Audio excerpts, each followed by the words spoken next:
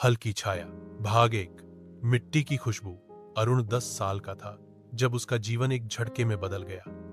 उसके पिता, जो शहर में एक निजी कंपनी में काम करते थे, एक सड़क दुर्घटना में चल बसे। उस दिन के बाद मां की आंखों से आंसू थमने का नाम नहीं ले रहे थे और अरुण की किताबों में दिल नहीं लगता था। पिता का सपना था कि अरुण बड़ा होकर इंजीनियर बने, पर किस्मत के खेत में कुछ और ही बीज बोया गया था। बेटा, अब तुझे अपने दादाजी के पास गांव जाना होगा, मां ने एक दिन कहा। उसकी आवाज में वो दृढ़ता थी जो आंसू पीने के बाद आती है। तेरे बाबा अब अकेले हैं, तू रहेगा तो उन्हें सहारा मिलेगा और शायद तुझे भी कुछ सीखने को मिले। अरुण को गांव कुछ धुंधली यादों में ही याद था। एक मिट्टी का घर, आंगन में तुलसी का पौधा और एक बूढ़ा आदमी जो उसे घोड़े की पीठ पर बैठाकर खेतों की सैर कराता था। जब ट्रेन गांव के स्टेशन पर रुकी, तब सामने खड़े एक मजबूत मगर झुके हुए कंधों वाले बुजुर्ग ने अरुण को गले से लगा लिया। ओ छोटू, अब तू बड़ा हो गया है, दादा ने कहा। तू आएगा तो अब खेत भी मुस्कुराएंगे। भाग 2।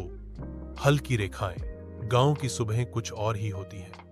मुर्गे की बांग, बैलों की घंटियां और दूर कहीं लाउड स्पीकर पर बजती भजन की धीमी ध्वनि।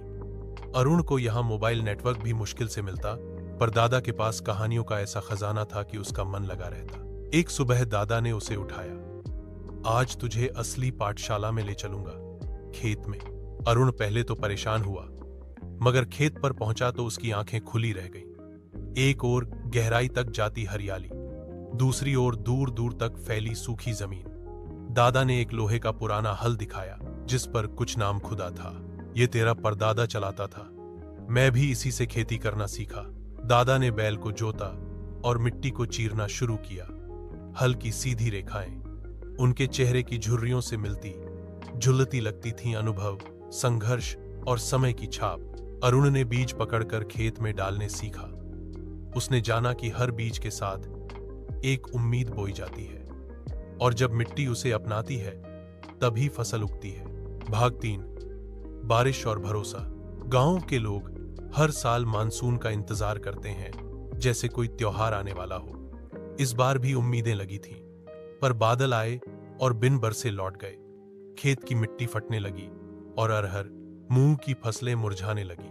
बेटा, अगर एक हफ्ते और बारिश नहीं हुई तो इस बार खेत खाली रह जाएगा, दादा ने कहा। उनकी आवाज में थकावट और चिंता दोनों थी। अरुण ने मासूमियत से कहा, हम कुआं क्यों नहीं खोदते बाबा?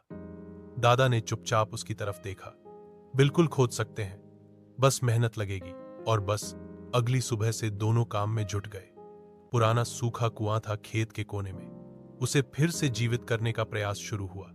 मिट्टी, पत्थर, पसीना और कभी कभी सांप, बिच्छू भी। गांव के 2 लड़के मदद करने आ गए। 3 हफ्तों बाद खुदाई करते वक्त एक जगह से पानी की हल्की धार निकली। फिर धीरे धीरे पूरा कुआं भरने लगा। दादा की आंखों में आंसू थे। ये पानी नहीं, तेरे भरोसे का इनाम है। भाग 4। संघर्ष की फसल। अब खेती शुरू हुई। दादा ने अरुण को सिखाया कि कैसे गोबर की खाद बनाई जाती है, कैसे देसी बीज ज्यादा उपज देते हैं और क्यों खेत में चलना ऐसे होना चाहिए जैसे मंदिर में पांव रखते हैं। अरुण ने धीरे धीरे हल चलाना भी सीख लिया। बैलों के साथ उसका गहरा रिश्ता बन गया था। वह उन्हें नाम से पुकारता, मोती और हीरा। शाम को दादा उसे लकड़ी की मचान पर बैठाकर पुराने दिनों की बातें सुनाते। जब अंग्रेज आए थे तो गांव के लोग खेत छोड़कर भागे, लेकिन मेरे पिता ने कहा था, जिसकी जड़ें मिट्टी में हैं, उसे कोई नहीं हिला सकता। मगर एक दिन गांव में एक आदमी आया शहर से। वो कंपनी का एजेंट था।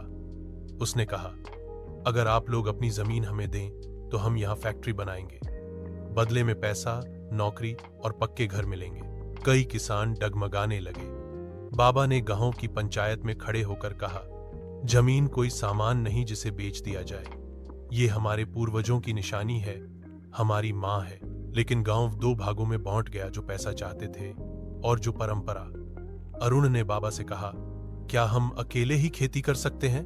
बाबा बोले, अगर एक बीज से फसल उग सकती है तो 2 जनों से खेत भी लहलहा सकता है। भाग 5। फसल और विद्रोह। अगले 3 महीने बाबा और अरुण ने कड़ी मेहनत की। फसल अच्छी आई।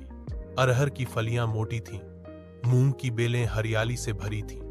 गांव के कुछ लोगों ने अपने खेत छोड़ दिए थे, लेकिन जब उन्होंने अरुण के खेत की फसल देखी तो पछताए। एजेंट फिर आया और इस बार अरुण से कहा, तुम्हारे लिए शहर में स्कूल का इंतजाम कर सकते हैं। बाबा की सोच पुरानी है। अरुण ने शांत स्वर में जवाब दिया, पुरानी सोच ही तो नई जड़ों की रखवाली करती है, और बाबा की सोच में ही मेरी जड़ों की मिट्टी है। फिर गांव की महिलाएं, बूढ़े किसान और कुछ नौजवान अरुण और बाबा के साथ खड़े हो गए। उन्होंने पंचायत में प्रस्ताव रखा कि कोई भी जमीन कंपनी को नहीं देगा, हम खेत में ही कमाएंगे, यहीं रहेंगे। एक किसान बोला। भाग 6, हल की छाया। अब बाबा बूढ़े हो चले थे, कमर और झुक गई थी, आंखों में मोतीबिंद, पर आत्मा में वही तेज। अरुण अब 17 साल का था, मजबूत, सुदृढ़ और आत्मविश्वासी। वह अकेले बैल जोत लेता, खुद खाद बनाता, गांव के छोटे बच्चों को खेती सिखाता। गांव का स्कूल भी बदल गया था, अब वहां जैविक खेती पर कक्षाएं होती थीं। अरुण बच्चों को बताता, खेती सिर्फ काम नहीं, ये जीवन का तरीका है। एक दिन दादा चुपचाप बैठे रहे। अरुण पास आया तो उन्होंने कहा, अब तू हल की छाया बन गया है बेटा। मतलब? अरुण ने पूछा। मतलब अब तू वो रेखा बनाता है जो जमीन को जीवन देती है। अब तू खेत की भाषा समझता है। बाबा उसी साल नवंबर में चले गए, लेकिन उनकी दी हुई सीख, उनके बोए हुए विचार और हल की छाया अरुण के साथ रह गई। अरुण ने खेत का नाम रखा, राम सेवक आशा भूमि। हर साल जब बीज बोता तो पहले बाबा की तस्वीर को प्रणाम करता, और जब पहली बारिश की बूंदें गिरती तो उसे लगता जैसे बाबा ऊपर से कह रहे हों, खूब हल चला बेटा, फसल मुस्कुराएगी।